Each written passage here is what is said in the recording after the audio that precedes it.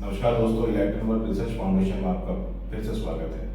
आज हमारे बीच पहुंचे हैं बीडी कौशिक जी, जो एक वरिष्ठ पत्रकार हैं और समाज की तमाम सेवाओं से जुड़े हुए हैं।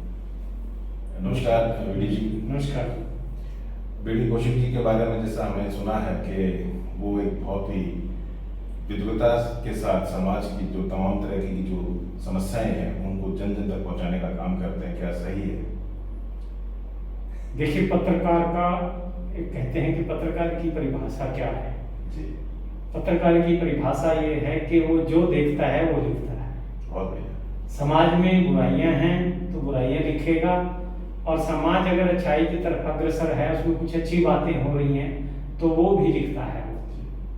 कई बार तो ये होता है कि समाज की कुछ बुराइयों को वो छुपा भी लेता है, जो ज़्यादा नुकसानदायक नहीं होती, मगर समाज की उन अच्छाइयों को जरूर जनता से रूबरू करता है जो करनी चाहिए और जिससे लोगों को प्रेरणा मिलती है।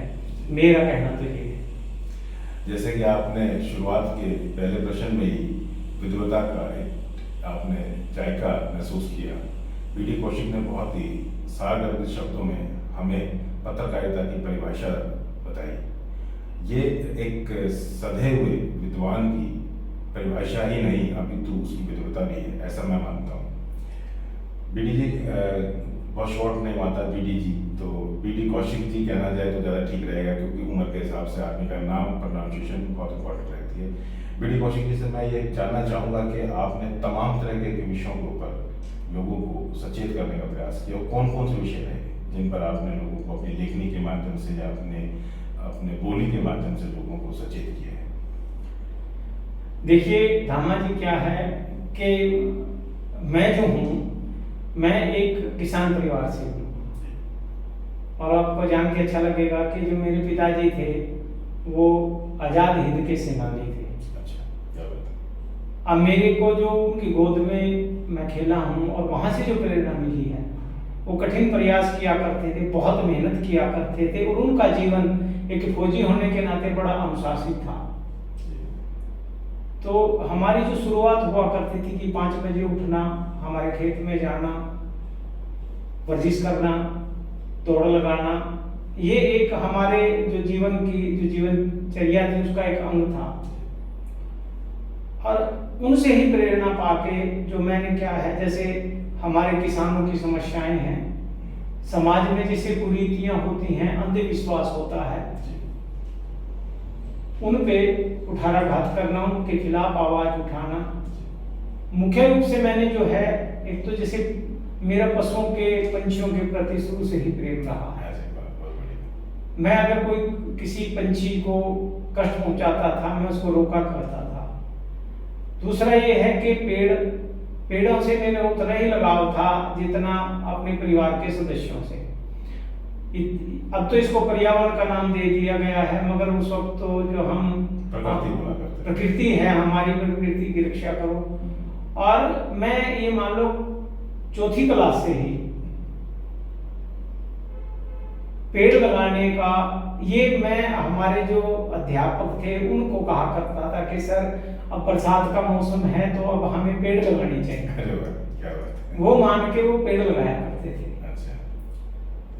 दूसरा ये है कि जो समाज में ऊंच नीच का, जाति पाति का जो भेदभाव था, ये प्रेरणा मेरे को मेरे पिताजी से मिली थी, क्योंकि वो आजाद हिंद में थे, तो उन्होंने शुरू से ही जाति पाति, ऊंच नीच, छूआछात का विरोध किया। मैं ब्राह्मण परिवार से हूँ, और ये दोष ब्राह्मणों पे ज्यादा मोड़ा जाता है, मगर हमने कभी कहीं मैंने नहीं देखा कि मेरे पिताजी ने या मेरे परिवार ने कभी इस तरीके का काम किया हो। तो दूसरा काम हमारा छुआछूत का विरोध करना, मिलजुल के रहना, ये प्रेरणा मेरे को मेरे पिताजी से मिली है, जो आजाद हिंद सेनानी थे। क्या शुभ नाम रहा आपके पिताजी? मेरे पिताजी का नाम था श्री जीवनदास कौशिक। बीच में अपना थोड़ा सार्थक जो मेरा प्रयास रहता है कि विश्व को आप तक पहुंचा पाऊँ। जीवनदास कौशिक जी के सुपुत्र के तौर पर भगवत दयाल कौशिक जी, बीडी कौशिक जी ने अपने जीवन की शुरुआत करी पेड़ पौधों से, प्रकृति से, पंचतत्वों से और ऊँट ऊंच नीच की भावना से ऊपर उठकर, और इसके अतिरिक्त आपका पशु प्रेम, पक्षी प्रेम, ये तमाम तरह के संस्कार लेकर ये अपने जीवन में समाज के बीच आए हैं। अभी जैसे कि हमने देखा ने सुना है कि संस्कार अनुशासन दो चीज़ें को परिवार से मिली है। इस संस्कार और अनुशासन ने आपको आजीवन अब तक की इस जीवन के इस पड़ाव तक क्या ऐसी चीज़ दी जो आपको कहीं और से नहीं मिल पाई या मिली?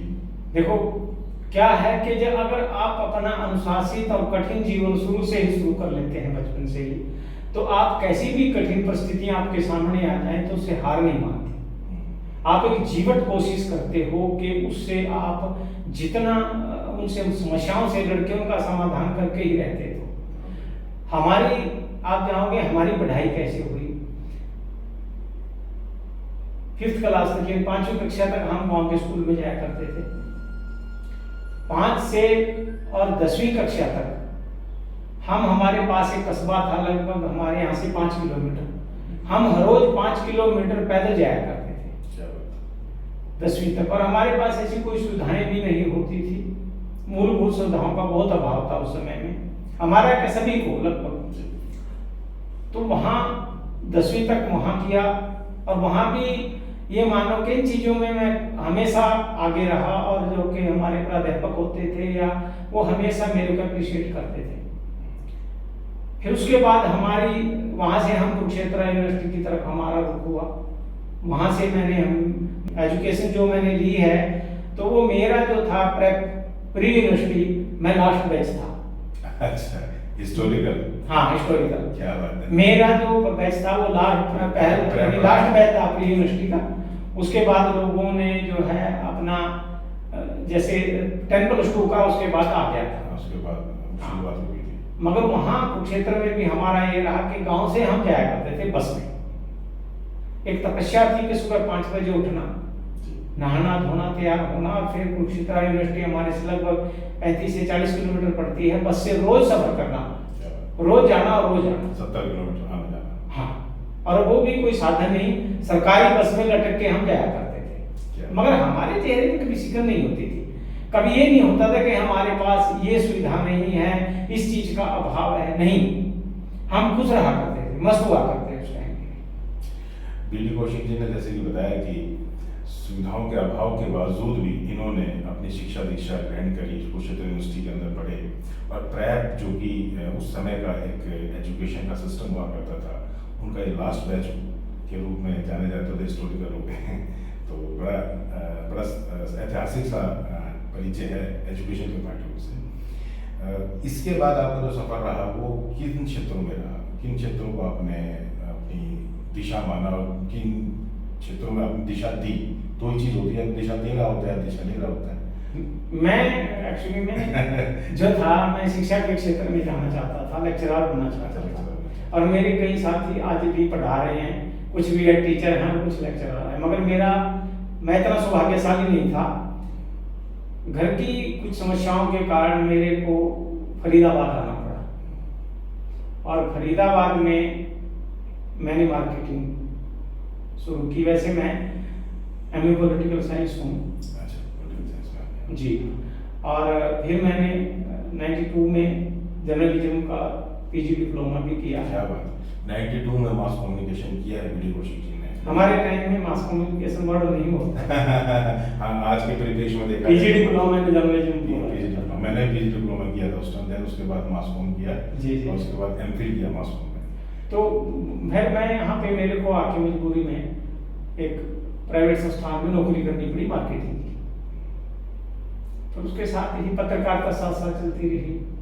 किन किन क्षेत्रों में पत्रकारिता को आपने दिशा देने का प्रयास किया अपने लिखने के माध्यम से? देखो, मेरा ना शुरू से ही मैं थोड़ा अपने आप को राष्ट्रवादी पत्रकार के तौर पे मैं मानता हूँ। करना चाहते थे? हाँ, मैं हमेशा राष्ट्र के लिए ही समर्पित रहा हूँ, मेरा कोई अपना स्वार्थ नहीं रहा, आज भी मेरा वही है।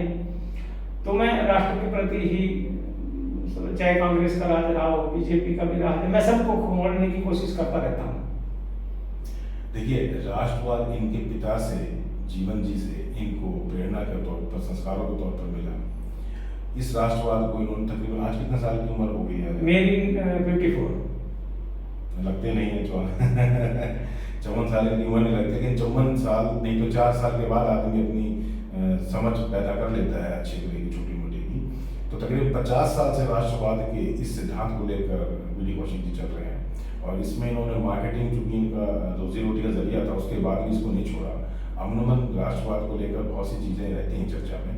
लोग कहते हैं कि राष्ट्रवाद सिर्फ देशभक्ति का एक यही रूप है कि आप सिर्फ सीमाओं पर जाओ, ये भी एक तरीका है, लेकिन राष्ट्र के बीच में रहकर, समाज के बीच में रहकर भी राष्ट्रवाद को आगे बढ़ाया जा सकता है। इसका जीता जाता उदाहरण वीडी कौशिक जी हैं।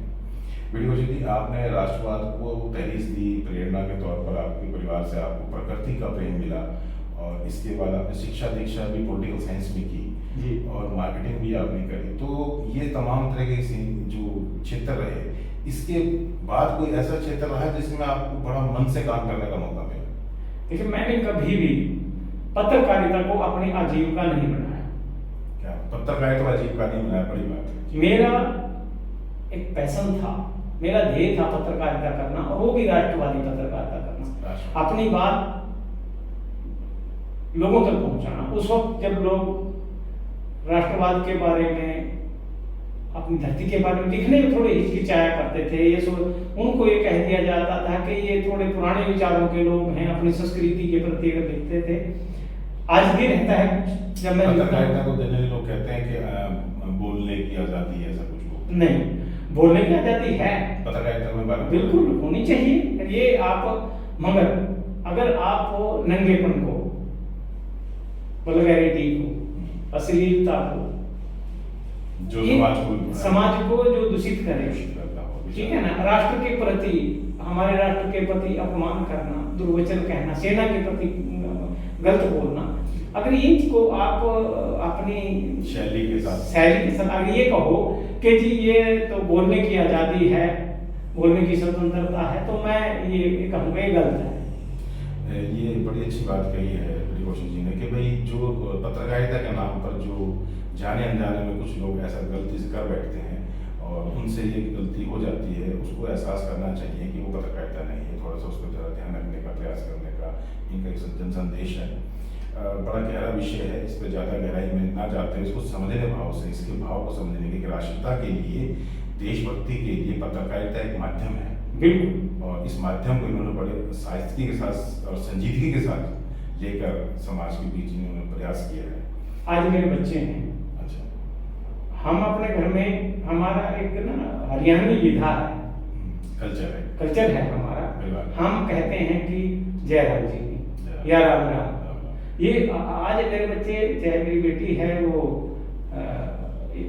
YMC और दिल्ली यूनिवर्सिटी की स्कॉलर हैं, ठीक है, मगर संस्कार जय श्री राम बाबा जी, जय श्री राम मम्मी। क्या बात, संस्कार के तौर पर स्कॉलर बेटी जो आज भी इनके परिवार में जय श्री राम बोलती है या श्री राम बोलती है, राम राम बोलती है, ये बच्चों को संस्कार दिए जाने का एक बहुत ही बढ़िया और बेहतरीन तरीका है कौशिक परिवार का, खासकर कहा जाए तो। और हमारे इसका ये फायदा हुआ कि जो लोग हमें जानते हैं, हमारे जो सर्किल में हैं, आसपास के लोग हैं, वो भी हमें जय श्री राम या राम राम जी बोलते हैं, यानी हेलो, हाय, गुड मॉर्निंग, ये मेरे से कोई विरोध नहीं है, मगर हम दूसरे की माँ को माँ कहने की बजाय अपनी माँ को माँ कहें ना।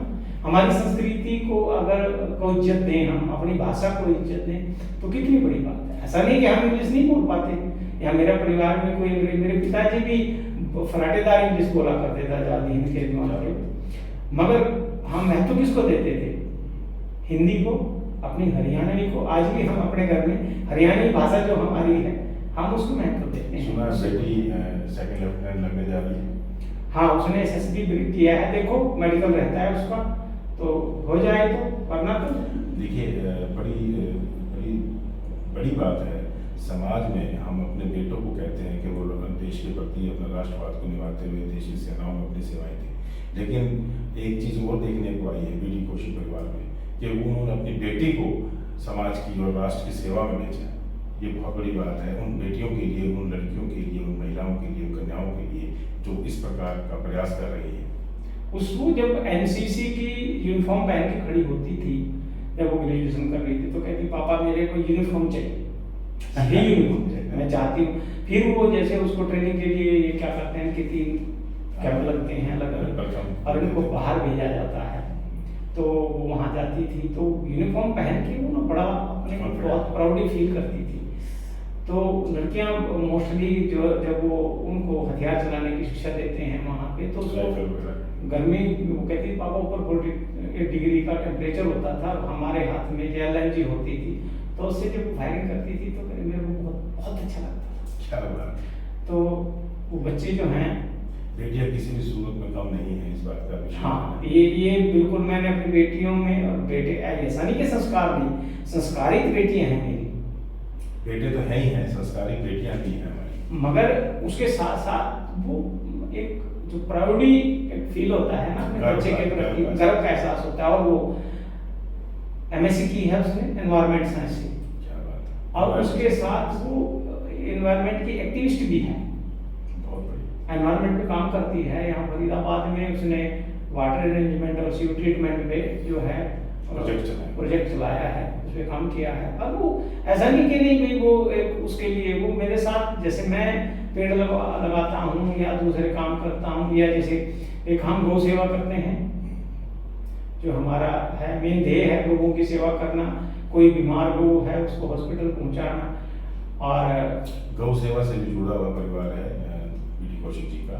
और जैसे कि अभी बेटी के बारे में बताया कि बेटी एक ऐसी प्रेरणा है हमारे बीच कि जिसने प्रकृति प्रेम के साथ साथ राष्ट्र प्रेम को अपनाया और उसके साथ साथ उस वर्दी को अपने तन पर ढककर उस देश की सेवा के लिए अपने भविष्य की तलाश को शुरू किया है।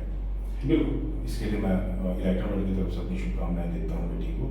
और जल्द ही हम कोशिश करेंगे उस बच्चे का, उस बेटी का हम इस अपने इलेक्ट्रॉनिक रिसर्च फाउंडेशन में इंटरव्यू करें और उसकी जो भविष्य की जो रूपरेखाएं हैं, जो योजनाएं हैं, उसके बारे में आपसे रूबरू करूँ।